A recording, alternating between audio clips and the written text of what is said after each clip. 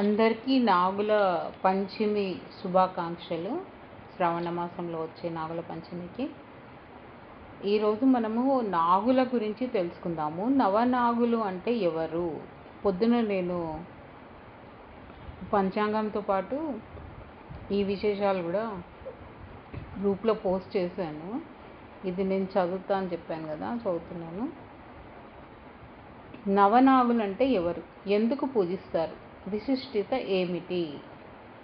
నాగపంచమి విశిష్టత. శ్రావణ మాసంలో శుక్లపక్ష పంచమి రోజున నాగపంచమి పండుగను భక్తి శ్రద్ధలతో జరుపుకుంటారు. నాగదేవతలు భూమిని, జలాలను, సంపదలను కాపాడే దైవశక్తులుగా పురాణాలు పేర్కొంటాయి. నాగారాధన వల్ల సర్పదోష నివారణ, కాలసర్పదోష శాంతి, సంతాన ప్రాప్తి, కుటుంబ సౌఖ్యం, వ్యవసాయాభివృద్ధి, ఆయురారోగ్యాలు కలుగుతాయని విశ్వాసం. హిందూ ధర్మంలో నాగదేవతలకు ఎంతో విశిష్ట స్థానం ఉంది.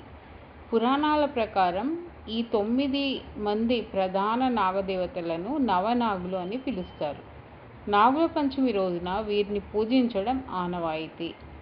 నవనాగుల పేర్లు: అనంత ఆదిశేషుడు, 2 వాసుకి, 3 శేష, 4 పద్మనాభ, 5 కంబల, 6 శంఖపాల, 7 ధృతరాష్ట్ర, 8 తక్షక, 9 కాళీయ. నవనాగులను మనము ఎందుకు పూజిస్తారు అంటే సర్పదోష నివారణ కోసం, సంతాన ప్రాప్తి కోసం, కుటుంబ సౌఖ్యం కోసం, ఆరోగ్యం మరియు ఆయురారోగ్యాల కోసం, వ్యవసాయ భూములు, పంటల రక్షణ కోసం, వంశాభివృద్ధి కోసం, కుజదోష, నాగదోష శాంతి కోసం. ప్రతి నాగుని విశిష్టత ఏంటి అంటే అనంతుడు. అంటే మనం ఫస్ట్ చెప్పుకున్నాం కదా, అనంతుడు అంటే ఆదిశేషుడు. విష్ణుమూర్తి శయనించే శేషనాగుడు, స్థిరత్వం, ఐశ్వర్యానికి ప్రతీక. 2 వాసుకి, క్షీరసాగర మదనంలో తాడుగా ఉపయోగించబడిన నాగరాజు, శక్తి, విజయానికి చిహ్నం. 3 శేషుడు, భూమిని తన ఫణాలపై ధరించి ఉన్నాడని పురాణాలు చెబుతాయి. రక్షణకు ప్రతీక. 4 పద్మనాభుడు, సంపద, శుభం, ఆధ్యాత్మిక అభివృద్ధిని ప్రసాదిస్తాడు. 5 కంబలుడు, వ్యాధులు దుష్టశక్తుల నుండి రక్షిస్తాడని విశ్వాసం. 6 శంఖపాలుడు, భక్తులను కాపాడే నాగదేవుడు, శాంతి, సౌభాగ్యాన్ని ప్రసాదిస్తాడు. 7 ధృతరాష్ట్రుడు, రాజయోగము, నాయకత్వ లక్షణాలు, గౌరవాన్ని ప్రసాదిస్తాడు. 8 తక్షకుడు, మహాభారతంలో ప్రసిద్ధి చెందిన నాగరాజు, శత్రుబాధల నివారణకై పూజిస్తారు. 9 కాళీయుడు, శ్రీకృష్ణుడు నాట్యం చేసిన నాగుడు, అహంకార నాశనం, భక్తి పెంపునకు ప్రతీక. నాగుల పంచమి విశిష్టత. నాగదేవతలు భూమి, జలాలు, ప్రకృతి రక్షకులుగా భావించబడతారు. నాగులను పూజించడం ద్వారా ప్రకృతిని గౌరవించినట్లు భావిస్తారు. నాగుల పంచమి రోజున పాలు, పసుపు, కుంకుమ, పువ్వులతో పూజిస్తారు. ఈ పూజ వల్ల నాగదోషాలు తొలగి శుభ ఫలితాలు కలుగుతాయని నమ్మకం. అనంతో వాసుకి శేషః, పద్మనాభశ్చ కంబలః, శంఖపాలో ధృతరాష్ట్ర తక్షకః, కాళీయస్థదా. ఇక్కడ 9 పేర్లు వచ్చాయి చూడండి ఈ శ్లోకంలో. అనంతో వాసుకిః శేషః, పద్మనాభశ్చ కంబలః, శంఖపాలో ధృతరాష్ట్ర తక్షక, కాళీయస్థదా.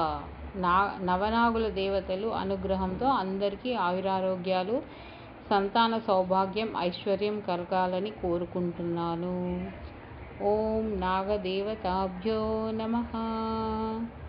ఈరోజు మనకి గరుడ పంచమి కూడా విశేషంగా చెప్పుకుంటారు. శ్రావణ శుద్ధ పంచమి నాడు గరుడ పంచమిగా కూడా మనము తెలుసుకుంటున్నాం. ఇక్కడ గరుడ పంచమి అంటే శ్రావణ శుద్ధ పంచమి గరుడ పంచమిగా వ్యవహరిస్తారు. శ్రావణ మాసంలో ఆచరించే ముఖ్యమైన పండుగలలో గరుడ పంచమి ఒకటి. గరుత్మంతుడు సూర్య రథసారథి అయిన అసురుడికి తమ్ముడు. మేరు పర్వతంలో సమానమైన శరీరం కలవాడు. సప్త సముద్రములలోని జలాన్నంతటినీ ఒక్క రెక్క విసురుతో ఎగరగొట్టగల రెక్కల బలం కలవాడు.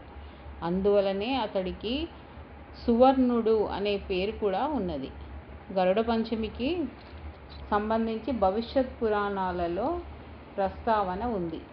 సముద్ర మదనంలో ఉచ్చైశ్రవం అనే గుర్రం ఉద్భవించింది. అది శ్వేతవర్ణం కలది. కశ్యపుడు వినుతల కుమారుడు గరుడు. ఓ రోజు వినుత ఆమె తోడికోడలు కద్రువ విహార సమయంలో ఆ తెల్లటి గుర్రాన్ని చూశారు. కద్రువ వినుతతో గుర్రం తెల్లగా ఉన్నా తోక మాత్రం నల్లగా ఉంది అని చెప్పగా, వినుత గుర్రం మొత్తం తెల్లగానే ఉంది అని చెప్పింది. వాళ్ళిద్దరూ ఒక పందెం వేసుకున్నారు. గుర్రపు తోక నల్లగా ఉంటే వినుత కద్రువకు దాస్యం చేయాలని, గుర్రం మొత్తం తెల్లగా ఉంటే వినుతకు కద్రువ దాస్యం చేయాలని పందెం కాసుకున్నారు. కద్రువ తన కపట బుద్ధితో సంతానమైన నాగులను పిలిచి అశ్వవాలాన్ని అంటే తోకను పట్టి వేలాడమని కోరగా దానికి వారెవరూ అంగీకరించలేదు. కోపగించిన కద్రువ జనమేజయుని సర్పయాగంలో మీరందరూ నశించాలని శపించింది.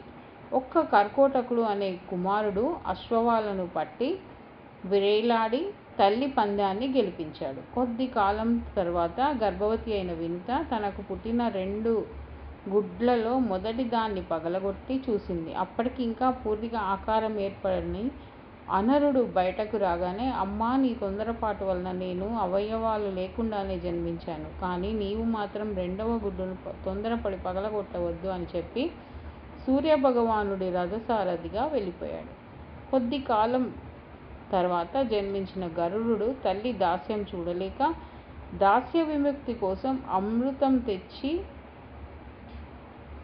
అమ్మకు ఇవ్వగా, నాగుల మాటకు అనుగుణంగా అమృతం తెచ్చిచ్చి గరుత్మంతుడి అమ్మకు దాస్యం నుండి విముక్తి కలిగిచ్చాడు గరుడు. అమృత భాండాన్ని తీసుకొని వెళ్తున్న గరుత్మంతుణ్ణి ఇంద్రుడు వజ్రాయుధంతో అడ్డుకొనబోగా, తన తల్లి దాస్యత్వం పోగొట్టడానికి ఇలా తీసుకెళ్తున్నానని విన్నవించుకున్నాడు. అదే ఎందుకంటే తల్లి దాస్యం పోవాలంటే అమృతం తెచ్చిస్తే నాగులు వాటిని తాగి వాళ్ళు ఎప్పుడూ సజీవంగా ఉంటారని వాళ్ళ కద్రువ కోరుకుంటుంది కదా. నిర్మలమైన మనస్సు, తెలివైన పిల్లల కోసం చేసే పూజ గరుడ పంచమి. గరుడ పంచమి రోజున మహిళల స్నానాంతరం ముగ్గులు పెట్టిన పీటపై అరటి ఆకును పరిచి బియ్యం పోసి వారి శక్తి మేర బంగారు, వెండి, నాగపడిగను ప్రతిష్ఠించి పూజ చేసి పాయస నైవేద్యం పెడతారు. మరికొన్ని ప్రాంతాలలో పుట్టలలో పాలు పోస్తారు. ఇలా మన పూజలు అందుకునే గరుడుని వంటి మాతృప్రేమికులు కుమారుడి వల్ల కావాలని తెలిపే గరుడ పంచమి వ్రతం అనంత సౌభాగ్యాలను కలుగజేస్తుంది.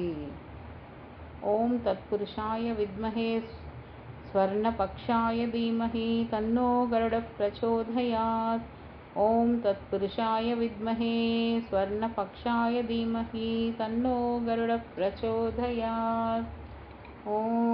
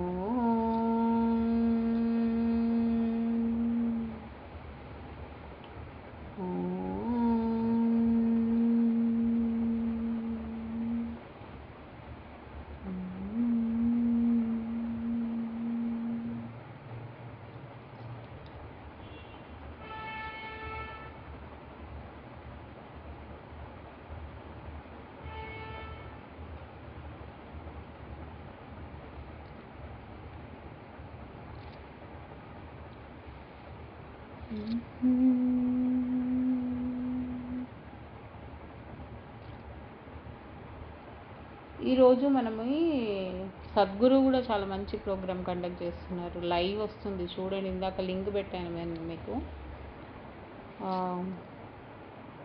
నాగులు, అష్టనాగులు కూడా ఒకటి మనకి కాస్మిక్ గార్డియన్స్గా మనం రక్షిస్తూ ఉంటారని ఇక్కడ వచ్చింది విషయము ఇన్స్టాగ్రామ్లో. అష్టనాగులు అంటే దాగి ఉన్న ప్రాంతాలను మరియు కాస్మిక్ గేట్ వేలను కాపలా కాసే అర్ధ దివ్య జీవులు.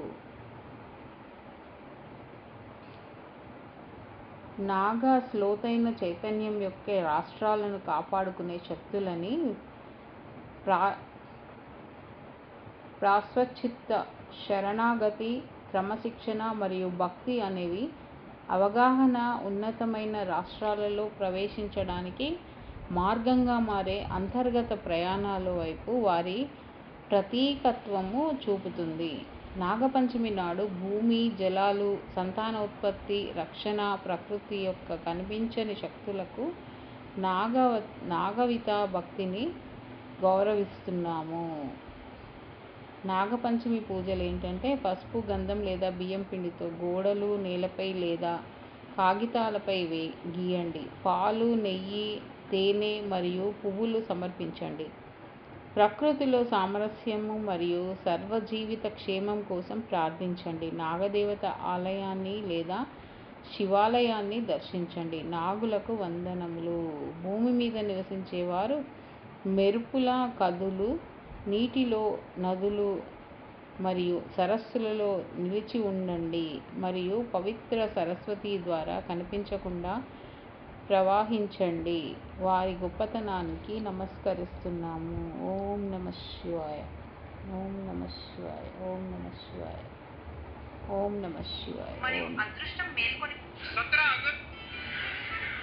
17 अगस्त 2026 के दिन नाग पंचमी का महासंयोग बनने जा रहा है। इस दिन रात को ठीक 11:11 पे आपने नाग देवता के इस मंत्र को सुन लिया तो आपकी जो भी इच्छा हो अवश्य पूरी होगी। तो ये रील का एक कोड आ जाए, उससे पहले इस रील को सेव और शेयर अवश्य कीजिएगा और सच्चे से भक्त मंत्र सुनने से पहले कमेंट में हर हर महादेव अवश्य लिखेंगे।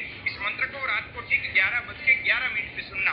यह मंत्र है ओम नवकुलाय विद्महे विषदंताय धीमहि तन्नो सर्प प्रचोदयात्। हर हर महादेव। 17 अगस्त 2026 के दिन नाग पंचमी का महासंयोग बनने जा रहा है। इस दिन रात को ठीक 11:11 पे आपने नाग देवता के इस मंत्र को सुन लिया तो आपकी जो भी इच्छा हो अवश्य पूरी होगी। तो ये रील का एक कोड आ जाए, उससे पहले इस रील को सेव और 11:11 पे आपने नाग देवता के इस मंत्र को सुन लिया तो आपकी जो भी इच्छा हो अवश्य पूरी होगी। तो ये रील का एक कोड आ जाए, उससे पहले इस रील को सेव और शेयर अवश्य कीजिएगा और सच्चे से भक्त मंत्र सुनने से पहले कमेंट में हर हर महादेव अवश्य लिखेंगे। इस मंत्र को रात को ठीक 11:11 पे सुनना। यह मंत्र है ओम नवकुलाय विद्महे विषदंताय धीमहि तन्नो सर्प प्रचोदयात्।